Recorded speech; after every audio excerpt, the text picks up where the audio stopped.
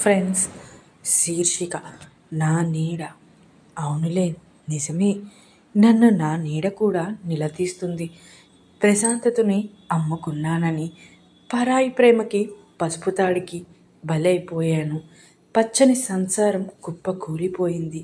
ఎంతవరకు చదువుకున్నా, ఎంతటి ఆస్తిపాస్తులు ఉన్నా, పెద్ద ఉద్యోగమైన, బరువు బాధ్యతల గూర్చి, పరువు మర్యాదల గూర్చి, కన్నవారి ముందు ఓడిపోలేక, కడుపున కన్న పాపానికి పిల్లల్ని నట్టేట ముంచలేక, సంఘం ముందు తలెత్తుకోలేక, ఆ దైవం ముందు ఏడవలేక, స్నేహితులతో చెప్పుకోలేక, తోడబుట్టిన వారితో పంచుకోలేక, ఉన్న చోటున వదులుకోలేక, కొత్త దారిని వెతుక్కోలేక, ఈ సమాజాన్ని ఎదిరించలేక, విధిని ప్రశ్నించలేక సతమతమవుతూ, హృదయాన్ని పాషాణం చేసుకొని, భావోద్వేగాలను నట్టింట్లో పూడ్చి కట్టుకున్నవాడి చేతిలో ప్రాణం లేని